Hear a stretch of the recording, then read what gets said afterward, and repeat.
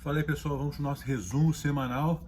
Semana bem mais calma, tivemos um distensionamento da guerra tarifária, principalmente Estados Unidos e China, com a China tendo um leve recuo ontem, na verdade de quinta-feira para sexta-feira, ao anunciar ali que possivelmente estará retirando algumas tarifas sobre alguns produtos específicos, cito como produtos químicos industriais, medicamentos, talvez leasing de aeronaves também, até por causa daquele problema que tiveram com a Boeing, e isso logicamente caiu como uma luva para os mercados no dia de ontem, fechamento da semana. Some-se a isso que também tivemos lá nos Estados Unidos o Waller do Fed comentando sobre o duplo mandato do Fed, que estava com a tônica para a inflação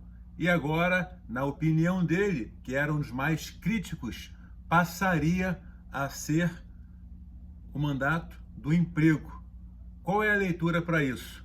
Simples. Na opinião dele, a interpretação de que os juros já estaria num patamar restritivo para conter a inflação e, com isso, deveríamos agora observar uma dura crítica, inclusive do Trump ao Fed, o mandato do emprego. Por isso, tivemos na quarta para quinta um rally em relação a juros, não para cima, mas sim de correção. Isso mesmo, os juros derreteram, até porque outros bancos centrais seguiram a mesma linha. Afinal de contas, ficaram aliviados e juros altos não é bom para ninguém. Fabão, mas trouxe também esse reflexo para o Brasil? Sim, mas no Brasil foi outro comentário vindo ali do Banco Central. Diogo Guilhem, que é atualmente o DIPOM, ou seja, diretor de política monetária, antigo cargo do atual presidente do BC, Galípolo, veio a fazer um comentário numa palestra de que os juros, a taxa Selic hoje, já estaria no patamar restritivo demais também. Ou seja, deixou a bola quicando para interpretar o mercado de que agora já chegamos num patamar teto para a taxa Selic. Tanto que de quinta para sexta tivemos vários call de mudança de Selic terminal. A expectativa que a gente tinha, que era 0,50 para a próxima reunião, agora em maio, 7 de maio, se não me falha a memória, passou a 0,25. Será que a Selic terminal passa então para 14,75? É algo que deve ser observado, principalmente pela mudança que tivemos na ponta longa de juros e que trouxe reflexo, conforme a gente vinha alertando, para papéis de economia interna, que basicamente andaram, ou melhor, correram. Eu com o joelho ferrado não conseguiria acompanhar nem a pau. Você teve ali Movida, Simpar, Lojas Renner, papéis de economia interna, bem sensíveis a juros, até pela situação de caixa, que correram muito ao longo dessa semana e, logicamente, se esse cenário vier a se confirmar, tendem a ser campeões para esse segundo trimestre. Além disso, nós tivemos frigoríficos mantendo aí o cenário de alta. Galera, BRF, JBS, Marfrig e a BIF, sim, a BIF também andou muito e surpreendeu, diga-se de passagem, surpreendeu quem não tem acompanhado aquilo que a gente vem falando aí semana a semana. Já havíamos comentado que essa oferta que aconteceu por parte da empresa Minerva era muito vantajosa e, logicamente, isso traria um fluxo comprador devido às garantias para estar dentro aí dessa oferta. Só vou deixar um alerta. Prazo da oferta final 29 de abril. Costuma acontecer uma mudança de fluxo de quem não entrou pós o fechamento da oferta. Então, eu ficaria ligado, BIF, pós 29 de abril, podemos ter surpresas no papel. Nada de fundamento, mas sim movimento técnico. Tá ok? Só para comentar também, Vale reportou um belo de um balanço essa semana, foi considerado por boa parte JP Morgan, BTG, Safra como neutro. Por quê? Galera, quem leu, a semana passada eu tive duas contribuições ali, uma para o podcast e outra para o UOL Economia, no qual eu teci comentários sobre o relatório de produção e a expectativa de balanço da Vale. Veio basicamente o que eu havia comentado, um lucro líquido de 1.394 bilhão, ou seja, em linha, a expectativa era 1.400 a 1.600, ok. EBITDA menor, é lógico, tivemos também um aumento da dívida de 21% da companhia, bem significativo, só que tivemos pontos positivos, como redução no custo de caixa, que eu citei, inclusive, na entrevista que a gente deu ali para o UOL Economia. Por que que isso é importante? Galera, o cenário de médio prazo, ele é ainda desafiador devido à guerra tarifária e à China, é lógico. Entretanto, se a empresa ela tem ali essa questão operacional de reduzir custos, e ela está fazendo isso, afinal de contas, queda de 10% e 11%, respectivamente, na parte de custo de caixa, tem que ser pontuado como positivo para a companhia. Ponto ruim que nós tivemos, qual foi? Dívida.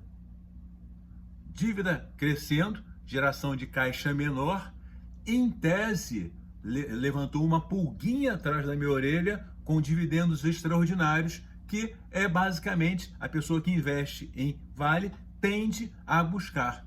Ou seja, quem está aí em Vale, fica bem atento, porque no decorrer desse trimestre a gente deve ver algum anúncio pertinente a o que caminho, qual será a escolha de Sofia, da diretoria. Teremos a questão de priorizar dividendos extraordinários e agradar os investidores, ou teremos a questão de priorizar amortizar a dívida da companhia. Detalhe muito importante, qual é? Sazonalidade. Muita gente criticou o balanço da Vale, só que não sabe a questão de sazonalidade. Eu vi gente falando assim, mas se eu comparar aqui o resultado de lucro desse trimestre, primeiro trimestre, contra o quarto trimestre de 24, a queda foi X. Galera, não dá para comparar feijão preto com arroz. Por quê? Você tem que comparar ano a ano, já que você tem a sazonalidade. Todo mundo sabe que primeiro trimestre é um trimestre de chuvas e com isso você tem algumas paradas técnicas que impactam a geração de receita, especificamente da Vale, que até foi menos pior do que esperado, porque eles utilizaram o estoque para poder reduzir custos. Ou seja, se saíram bem dentro da estratégia, tá ok?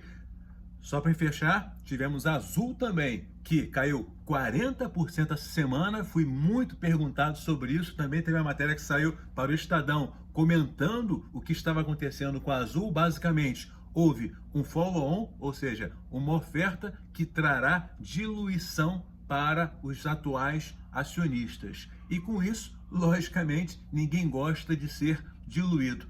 Já captaram 1,5 bilhão, mas a dívida é muito mais do que isso. E aí, essa captação não dá para pagar o que você tem de dívida, o que dá literalmente é para você botar um pouquinho mais de gasolina e continuar rodando um tempo. E quando acabar, faça uma nova emissão?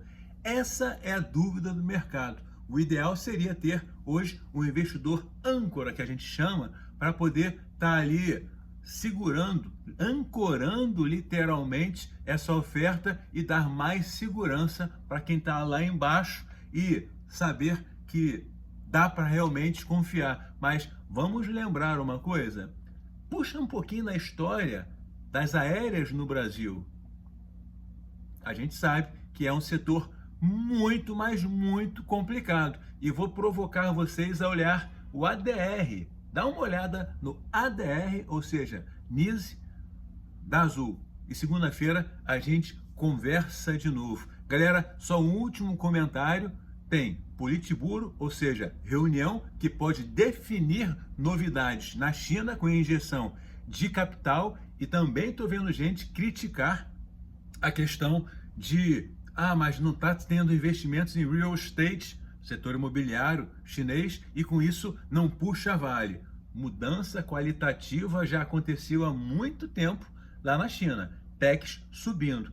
Por coincidência, dá uma pesquisada, inclusive também já escrevi sobre isso, qual é o tipo de minério ou base metals, né, como se fala hoje em dia, que a Vale trabalha. Altíssimo teor de qualidade. E, coincidência, a tecnologia utiliza justamente isso. Então, assim, mesmo na mudança que está acontecendo hoje qualitativa de consumo, e, logicamente, ali na China isso é importante, a Vale pode, sim, não no curto prazo, mas no médio, longo prazo, se beneficiar. Então é um ponto de atenção. Semana que vem, balanço, segunda-feira, da Gerdau, GGBR, e também teremos CSN, tá ok? Um abraço, ótima semana, que seja a próxima semana como foi essa.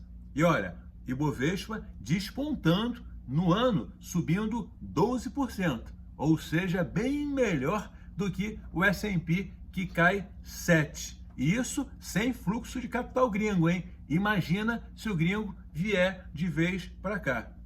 Ótima semana, aliás, ótimo final de semana e até a próxima semana. Tchau, tchau.